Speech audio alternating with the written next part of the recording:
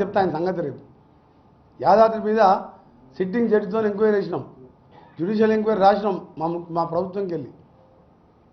అందులో బండారం బయటపడుతుంది. ఆయన సబ్ కాంట్రాక్ట్లు ఆయన వాళ్ళ ఎమ్మెల్యేలే. అది అలా 54,000 కోట్లు పెరిగింది. 9 రూపాయలు యూనిట్ పడుతుంది. మార్కెట్లో రూపాయన్నర దొరుకుతుంది. ఇలా కమిషన్ల కోసం కట్టినది.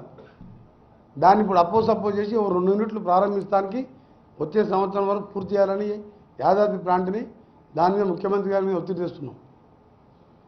అన్నిటికంటే చివరి చెప్పాను, కేఆర్ఎంపైకి సంబంధించి మా ముఖ్యమంత్రి గారు నిన్న మాట్లాడిన మాటలు విన్నారు కదా. మా ముఖ్యమంత్రి గారు మాట్లాడిన మాటలు విన్నారు మీరు.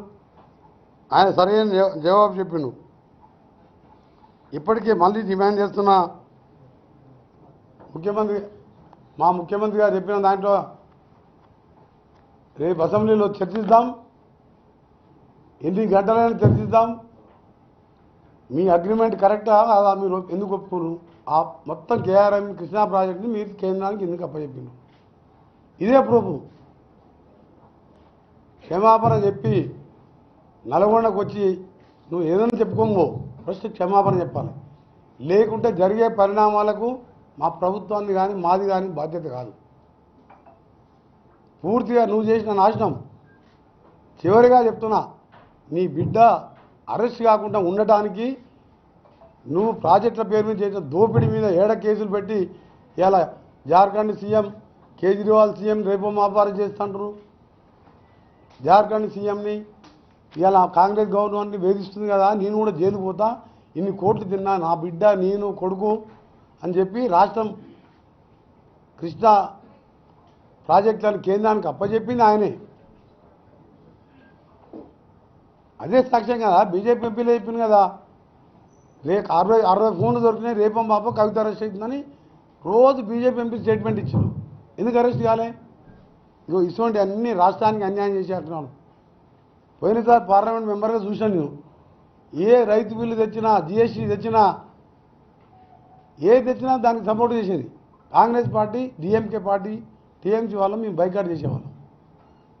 అందుకనే మా ముఖ్యమంత్రి గారికి సవాల్ విసిరింది నేను ఒకటే, అసెంబ్లీలో చర్చిద్దామని. ఆ చర్చకు సిద్ధంగా మీ అసలు రంగు బయటపెట్టి, అందుకనే ఈ 3 జిల్లాలలో అడ్రస్ లేకుండా పోయిండ్రు. మీకు ఇక తెలంగాణలో భవిష్యత్తు లేదు. మీ బీఆర్ఎస్ పార్టీ మార్చుకునిగా టీఆర్ఎస్కి వెళ్ళి, అసలు మీ బీఆర్ఎస్ పార్టీ లేదు, టీఆర్ఎస్ లేదు. మీ కారు ఎప్పుడు అంటాడు ఆయన, అది వేది షెడ్డు పోలే, పుట్టి సర్వీసింగ్ పోయిందంటాడు. నేనంటే సర్వీసింగ్ కాదు, షెడ్ కాదురా బాబు, నీ బొందల పార్టీ అయిపోయింది, బొందల రాష్ట్ర సమితి. బీఆర్ఎస్ అంటే బొంద పెట్టుకున్నావు. ఎప్పుడైతే నల్గొండ జిల్లాని నాశనం చేసుకున్నావో నీ పార్టీనే బొందల పార్టీ. బా ఇంకా అడుగుతా చెప్పు. ఇక అసలు హరీష్ రావు అప్పటి వరకు ఉంటారా, జైల్లో ఉంటాడా, బయట ఉంటాడా, ఏం తెలుసు? సమావేశం డేట్ వచ్చేవాడు జైలు పోతే. ఇప్పుడు మేడిగడ్డ కూలిపోయింది. మేడిగడ్డ కట్టినప్పుడు ఎవడు ఇరిగేషన్ మినిస్టరు? మేడిగడ్డ మినిస్టర్ ఎవరు? ఆయన కాదు ఇరిగేషన్ మినిస్టరు. అప్పుడు గవర్నర్ ఉండే, అది కేసీఆర్. అంటే కాళేశ్వరం రావు అని పెట్టాలని పేరు పెట్టిపోయింది ఆయన. 10 ఏళ్ళు గవర్నర్ ఉండి కాళేశ్వరం రావు. ఆయనకు కాలు దెబ్బ దాకా మనొచ్చి చూసిపోయింది ఆయన. నరసింహన్ వీళ్ళందరూ సాక్ష్యం కదా. ప్రపంచంలో వింత అంటే అందరు వింత అనుకున్నారు అని 3 సంవత్సరాలను అంత పెద్ద డ్యామ్ కూలిందంటే నిజంగానే వింత అని ఇప్పుడు తెలిసింది. ఎప్పుడైనా డ్యామ్ మనం పోయినాం, ఆ డ్యామ్ ఎప్పుడైతే కుంగిన డ్యామ్ మీద నడిచినాం 2 కిలోమీటర్లు, 5 మినిస్టర్ నడుస్తున్నది. ఆటి నుంచి ఇక్కడికి వచ్చేలోడు మొత్తం కూలి కింద పడతామని మాకు భయమైంది. నిజంగా వింతనే కదా.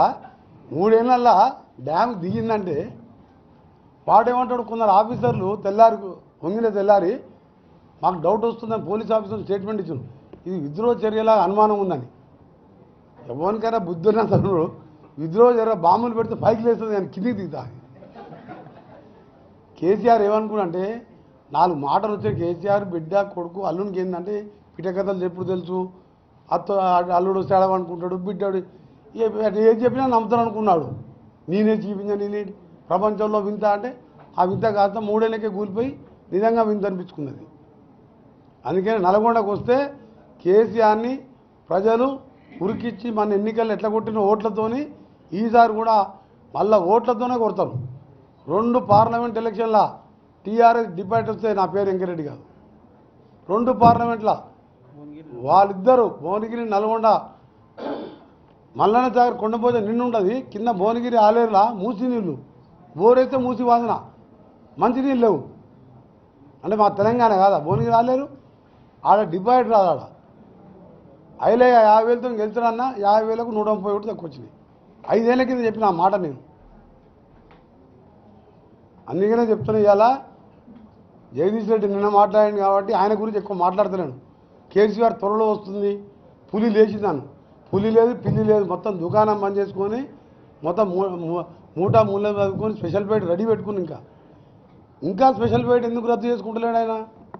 ఈ ప్రెస్ వాళ్ళు అడగాలి వాళ్ళని పోయి. ఇంకా స్పెషల్ ఫైట్ ఉంది. ఏది కవిత అప్పుడు లిక్కర్ కేసు అప్పుడు తిరిగింది కదా, బేగంపేట ఎయిర్పోర్ట్లో మన హెలికాప్టర్లో పోయినప్పుడు చూసినా. ఎవరిదే ఫ్లైట్ అంటే కవిత సార్లు